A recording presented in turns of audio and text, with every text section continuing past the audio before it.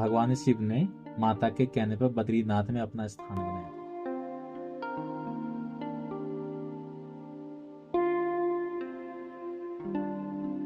और अभी मैं हूँ गढ़वाल का स्विट्जरलैंड। जी हाँ, चोपता बुग्याल, जो कि फेमस है मखमली बुग्यालों और बुरांस के फूलों के लिए। हर हर महादेव, जय श्री केदार। दोस्तों, मेरा नाम है आदित्य नेगी और मैं केदार घाटी से हूँ। तो चलिए आपको ले चलते हैं एक खूबसूरत जगह, भविष्य बद्री। भविष्य में जो बद्रीनाथ की पूजा होगी वो भविष्य बद्री में ही होगी। तो जाएंगे अभी हम इस बाइक से। और ये मेरा सारथी रहेगा आज हम सारथी का काम।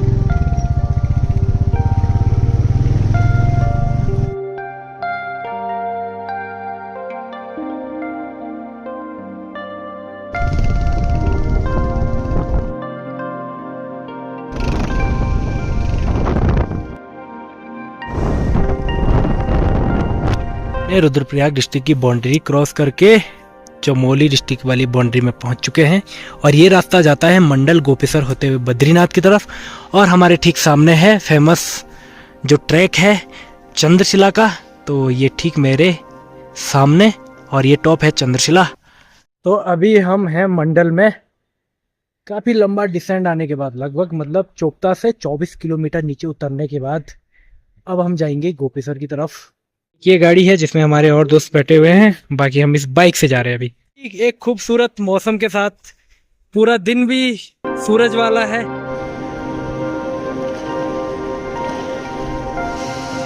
और ये है रुद्रनाथ जाने का एक रास्ता और इसी के साथ एक दूसरा रास्ता आता है कुछ ही किलोमीटर आगे, सगर नामक जगह से भी रुद्रनाथ के लिए जाते हैं। ये है दूसरा गेट जहां से आप रुद्रनाथ के लिए जा सकते हो।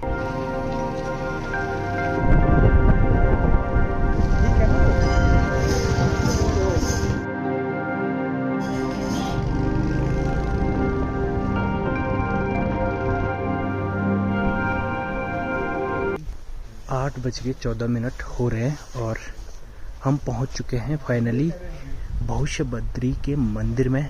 और चारों ओर अभी घना अंधेरा है तो पता नहीं चल, सुबह दिखाते हैं यहाँ का आपको खूबसूरत नज़ारा।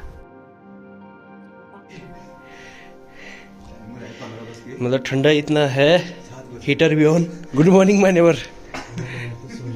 हर हर महादेव, सुप्रभात, गुड मॉर्निंग। तो ठीक सामने अगर आप देखोगे तो सूर्योदय हो चुका है और ये वो जगह है जहाँ पे कल हम रुके थे। और ठंडा तो भाई साहब था, पर हमें ठंड में रहने की तो आदत है, बट जो लोग पहली बार आएंगे उनके लिए थोड़ा मुश्किल हो सकती है। और दूसरी बात, ये एक हाई एल्टीट्यूड एरिया है, तो अगर आप देखोगे तो आपको कुछ खूबसूरत स्नो कवर्ड माउंटेन भी दिखेंगे। कुछ ही किलोमीटर दूर आपको बर्फ से ढकी हुई खूबसूरत पहाड़ियाँ दिखेंगी। और यहीं पे ठीक इस मंदिर के आगे है भविष्य बद्री का मंदिर। जगह बहुत ही प्यारी, बहुत ही पीसफुल और सुंदर है।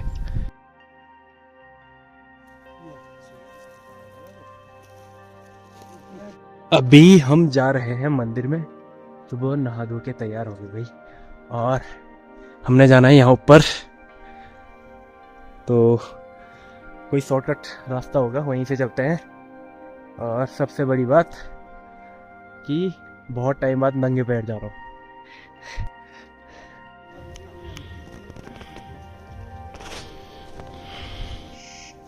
गांव का नाम है सुबई, लास्ट रोड हेड, और यहीं तक ही गाड़ी आती है। और यहाँ से आपको लगभग 100 से 200 मीटर आपको पैदल भविष्य बद्री की तरफ, भविष्य बद्री के मंदिर के पास जाना होता है।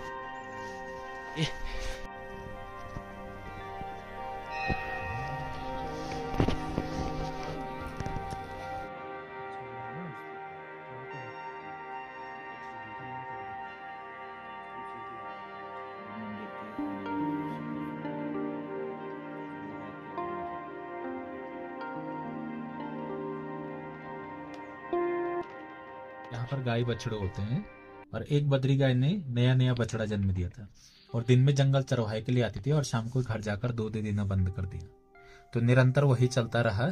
तो घर की महिला को लगा या तो जंगल में ग्वाला दूध की चोरी कर रहा है या कोई और दूध निकाल के चले जा रहा है। तो जब यही बात ग्वाले से पूछा गया तो ग्वाले ने साफ मना कर दिया।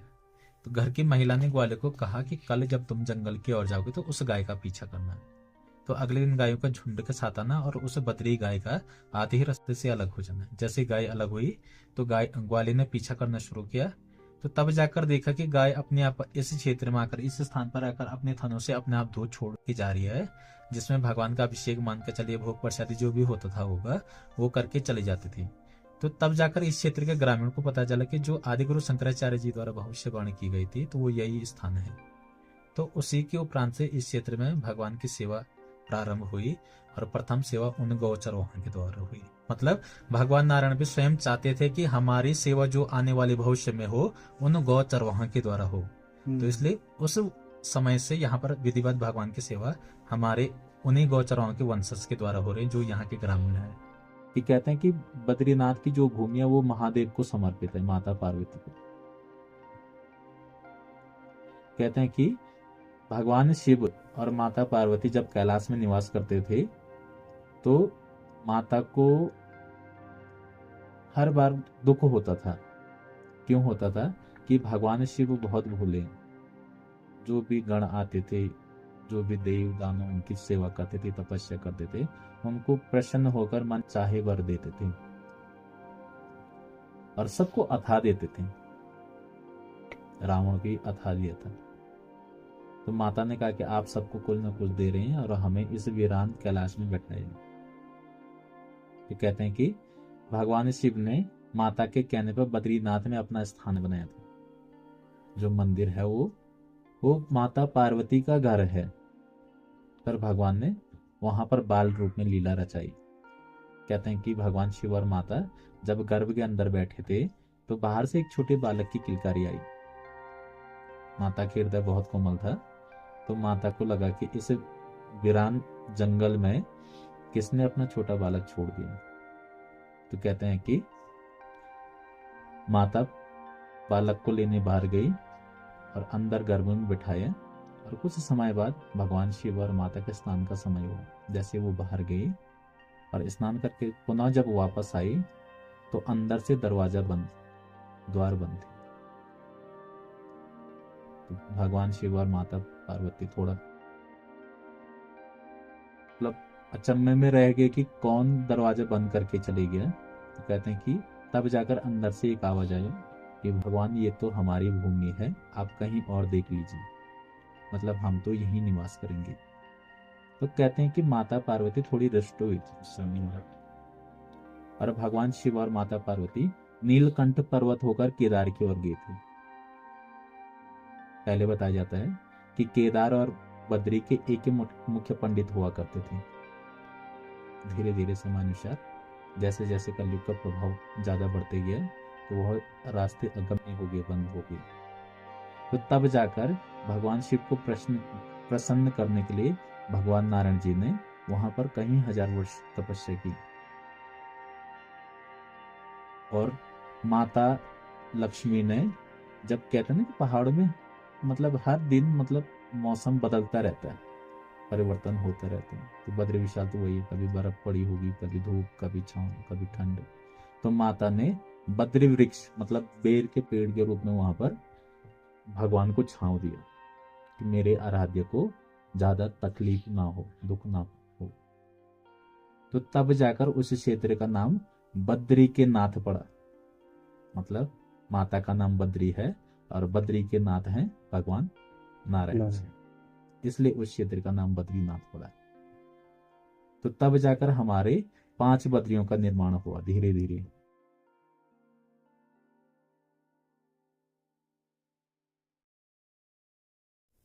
तो तब जाकर कहते हैं कि आने वाले भविष्य में इसी स्थान पर भगवान बद्रीनारायण जी, एक समय उपरांत इसी स्थान पर भगवान नारायण जी अपने संपूर्ण चतुर्भुज रूप में विराजमान होंगे। तो यहाँ का जिक्र हमारे वेद पुराण में पहले से लिखे गए हैं। जो सनातन धर्म के 4 वेद 18 पुराण है, उसमें एक पुराण आता है स्कंद पुराण। तो स्कंद पुराण के भविष्य केदार खंड में भगवान बद्री विशाल के साथ साथ भविष्य बद्री का जिक्र आता है। और साथ ही हमारे धर्म ग्रंथों में एक पुस्तक आता है जिसे सनत कुमार संहिता कहते हैं। उसमें भी भगवान बद्री विशाल के साथ साथ भविष्य बद्री का उल्लेख मिलता है। वहां पर बताया गया है कि जोशीमठ में जो नरसिंह मंदिर है, वहां पर भगवान नरसिंह की एक भुजा, बाई भुजा, धीरे धीरे क्षीण होती जा रही है, पतली होती जा रही है। तो एक समय ऐसा आएगा कि वह पूरी तरह से खंडित हो जाएगा और बद्री विशाल में दो पवित्र पर्वत है जिसे नर और नारायण कहते हैं, वो आपस में मिल जाएंगे। उसी को उपरांत कहते हैं बद्री विशाल से भगवान नारायण जी अंतर्धान होकर इसी स्थान पर अपने संपूर्ण चतुर्भुज रूप में विराजमान होंगे। तो जैसे जैसे बद्री विशाल का समय पूर्ण होते जा रहा है और भविष्य बद्री का समय निकट आते जा रहा है, तो यहाँ पर जो भगवान का विग्रह है, भगवान के विग्रह में धीरे धीरे समय अनुसार परिवर्तन देखने को मिल रहे हैं और नीचे गर्भ से ऊपर की ओर बढ़ रहे हैं, प्रत्यक्ष हो रहे हैं। तो अगर आप ध्यान से देखेंगे तो बीच में जहां पर छत्र है, छत्र के पीछे देख लीजिए, ये ऊपरी हिस्सा, ये शिला ऐसे में कट रहा दिखाई दे रहा है ऊपर, तो वो भगवान का मुकुट आ रहा है। वो छत्र के पीछे पूरा भगवान का मुकुट दिखाई देता है। भगवान के शीर्ष पर जहां पर मुकुट विराजमान है, मुकुट के ठीक पीछे देख लीजिए कुछ हिस्सा बाहर को आ रहा है उभर के, तो वह शेषनाग जी आ रहे हैं। जहां पर भगवान का तिलक हुआ है, तिलक के ठीक 4 अंगुल नीचे बीच में देखेंगे तो ऐसे तिरछे में भगवान के नेत्र दिखाई देंगे। और यहाँ पर भगवान अपने घुटने के बल बैठे हैं, अपने घुटने पे हाथ रखा है। तो नीचे इस और जो हिस्सा ये बाहर का यहाँ पर तिलक हुआ देख लीजिए, ये घुटने पे हाथ रखा है, ये हाथ की कलाई और एक उंगली बाहर को निकली है। और भगवान के बाएं भाग में ईश्वर माता लक्ष्मी। तो जहां पर तिलक का गौर से देखे तो तिलक के बाहर एक छोटा सा चेहरे का स्वरूप उभर के आ रहा है, माता का मुख एक तरफा इस ओर देख रहे हैं, क्या कह रहे हैं। और भगवान की ईश्वर जहां नीचे तिलक हुआ है, तिलक के नीचे गौर से देखने पर आपको गणेश जी दिखाई देंगे, ईश्वर नीचे तिलक के नीचे। और ऊपर छत्र के नीचे जहां पर तिलक का, वहां पर धीरे धीरे आने वाले भविष्य में गरुड़ जी विराजमान होंगे। तो जहां पर तिलक को ध्यान से देखे वही भाग बाहर को आ रहा उभर के। और यहाँ पर भगवान अपने निज स्थान वैकुंठ धाम क्षीर सागर में विराजमान है। तो भगवान के गर्भ में नीचे जलकुंड है, यहाँ पर 12 महीने जल देखने को मिलता है और जल स्तर बढ़ता घटता रहता है। तो जैसे जैसे नारायण जी का विग्रह बढ़ते जाएगा, वैसे वैसे माता लक्ष्मी, गणेश जी, गरुड़ जी और आने वाले भविष्य में पूरी बद्रीश पंचायत, जिसमें नारद जी, कुबेर जी, उद्धव जी इत्यादि जो भगवान के पार्षद होंगे, वह सभी एक समय पर इसी शिला पर उपस्थित होंगे। तो कहते हैं कि आने वाले भविष्य में संसार में एक समय ऐसा भी आने वाला है कि मनुष्यों द्वारा पाप अधर्म इतना बढ़ जाएगा कि संसार में पूजा योग्य कोई स्थान नहीं बचेगा। मतलब धीरे धीरे कलयुग के प्रभाव से मनुष्य अपनी बुद्धि और विवेक को खो देगा और उसी वजह से संसार में दूषित आचरण करते जाएगा और वही दूषित आचरण एक समय पर हमारे सभी पूजनीय स्थानों को भी दूषित कर देगा।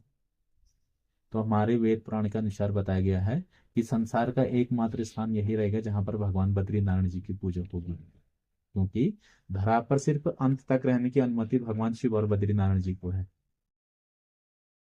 और यहाँ पर जो भगवान का विग्रह उभर के आ रहा है, ये स्वयं भू है, मतलब भूमि से स्वयं उभर के आ रहे हैं। और इसी स्थान को, इस धरा का, धरती का द्वितीय भू वैकुंठ कहते हैं। पहला बद्रीनाथ, दूसरा भविष्य बद्री, जहां पर भगवान बद्री नारायण जी साक्षात रूप में विराजमान है। तो आने वाले भविष्य में इसी स्थान पर भगवान बद्री नारायण जी सभी श्रद्धालुओं को अपने संपूर्ण चतुर्भुज रूप में दर्शन देंगे। तो इसलिए इस स्थान को भविष्य बद्री कहते हैं जी। तो बोल भविष्य बद्री भगवान की जय। तो आज है 3 मार्च और समय हो चुका है भविष्य बद्री की नगरी को छोड़ने का। तो अभी हम यहाँ से निकल रहे हैं घर की तरफ, अपनी भोलेनाथ की नगरी में। और काफ़ी अच्छा मौसम है और मेरे ठीक पीछे जो मंदिर आपको दिख रहा है, ये माँ नंदा का मंदिर है। और आते समय भी हम यहीं से आए थे। तो कहा जाता है कि अगर आप भविष्य बद्री में कदम रख रहे हो तो बिना माँ नंदा की परमिशन के आप नहीं जा सकते हो। तो यहाँ से अनुमति लेना बहुत ही ज़रूरी है। तो हम यहाँ से अनुमति लेके गए थे और अभी हम अनुमति लेके जाने वाले हैं यहाँ से। और काफ़ी अच्छा सफ़र रहा ये भविष्य बद्री का। 3 से 4 दिन कब बीते पता ही नहीं चला। और मतलब इतनी शांत नगरी भगवान नारायण की, मैं कह नहीं सकता हूँ।